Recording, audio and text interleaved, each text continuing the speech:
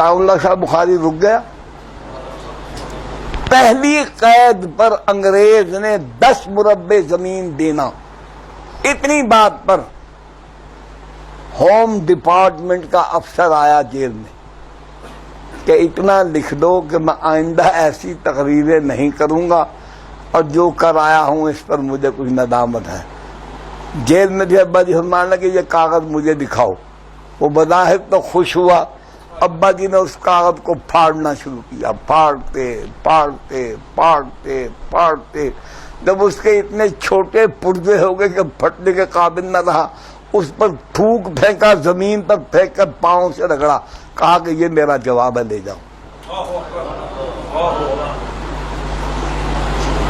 تو میں ہوتا شاید میں بک جاتا. ممکن ہے میں بک جاتا.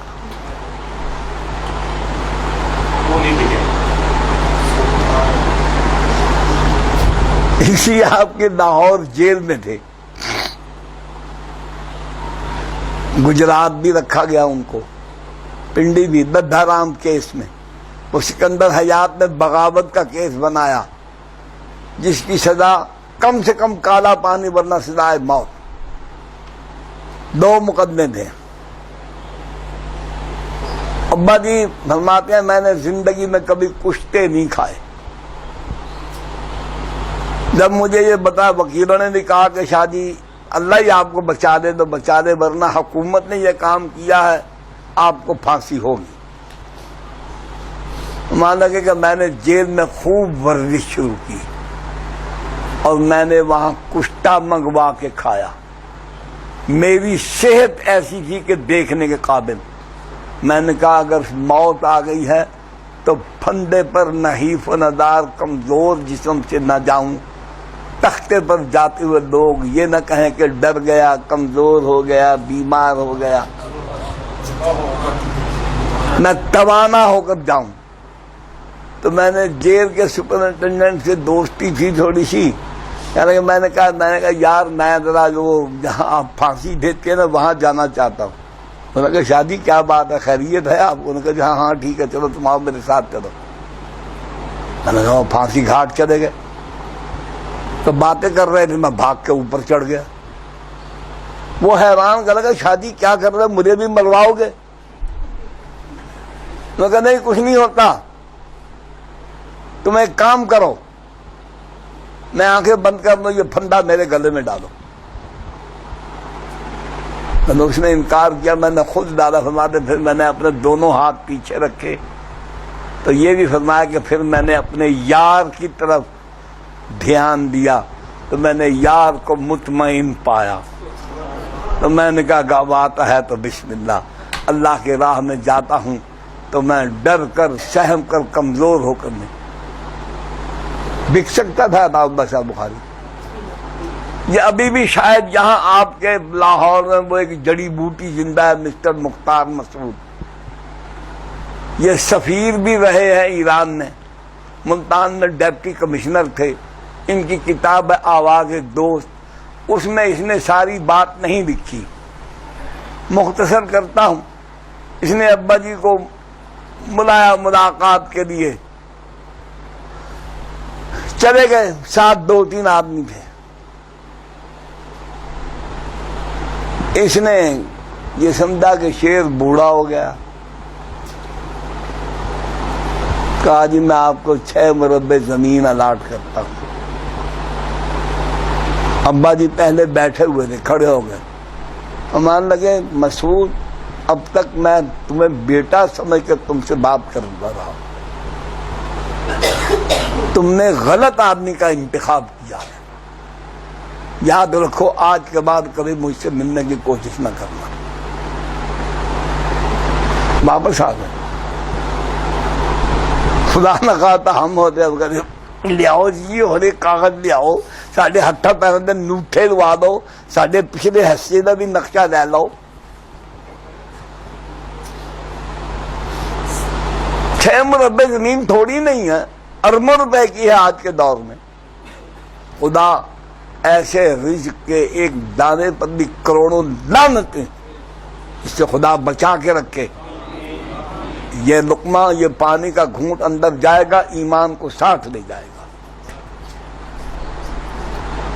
حضرت شیخ الہند مولانا محمود حسن رحمت اللہ علیہ، ان کے نام بیواؤں سے میں پوچھتا ہوں کہ تمہارا کردار وہی ہے جو شیخ الہند کا تھا؟ تمہیں شرم نہیں آتی؟ ڈوب کے نہیں مر جاتے ان کا نام دیتے ہوئے؟ اٹھاؤ شیخ الہند کے خطبات، اب بھی میرے پاس موجود ہیں۔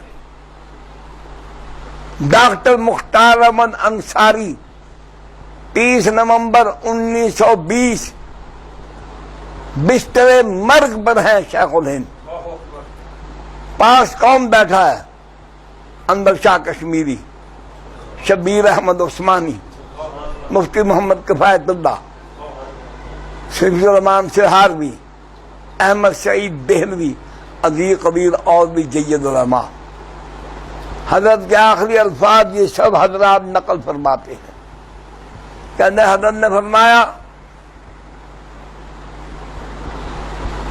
میں بستر پر مر رہا ہوں، مجھے مرنے کا افسوس نہیں ہے، افسوس اس بات کا ہے کہ میں بستر پر مر رہا ہوں، میری تمنا اور خواہش یہ تھی کہ میں کافر کے ساتھ، اس ظالم کے ساتھ، انگریز کے ساتھ مقابلہ کرتے ہوئے میدان جہاد میں مارا جاتا، یہ لفظ ہے، اور میرے جسم کے ٹکڑے کر دیے جاتے۔ شیخ الہند اس زمانے کے کسی محل میں نہیں رہ سکتا تھا، انگریز سے مفاہمت نہیں کر سکتا تھا، یہ نہیں کہہ سکتا تھا کہ میں اس کے ساتھ مل کے ملک کے آئین کے اندر اسلامی دفعات کو میں کہیں سے شامل کروا لوں گا چلو مرلو کر کے۔ آ گیا اسلام، اگر ایسے آنا ہوتا تو آ چکا ہوتا۔ گلاس کو الٹا رکھو تو گلاس ہے، لٹا کے رکھو گلاس ہے، زمین پر رکھو گلاس ہے، جہاں بھی رکھو وہ گلاس ہے۔ پانی پینے کے لیے اس کا ایک ہی راستہ ہے، جو اس کا منہ بنا ہوا اسی میں پانی ڈالو گے، اسی سے پیو گے۔ تو دین کا طریقہ نہیں بدلے گا۔ ہم اپنی آسائشوں راحتوں کو قربان کرنے کو تیار نہیں۔ اس کو ہم نے فکر و تدبر اور حکمت کا نام دے کے اپنے پیروکاروں کو بے وقوف بنایا ہوا ہے۔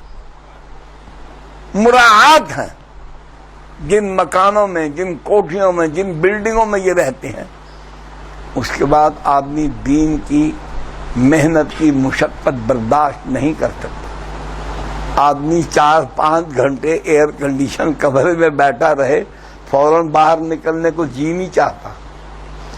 تو جو دن رات وہیں رہیں، جن کا واش روم بھی ایئر کنڈیشن ہو،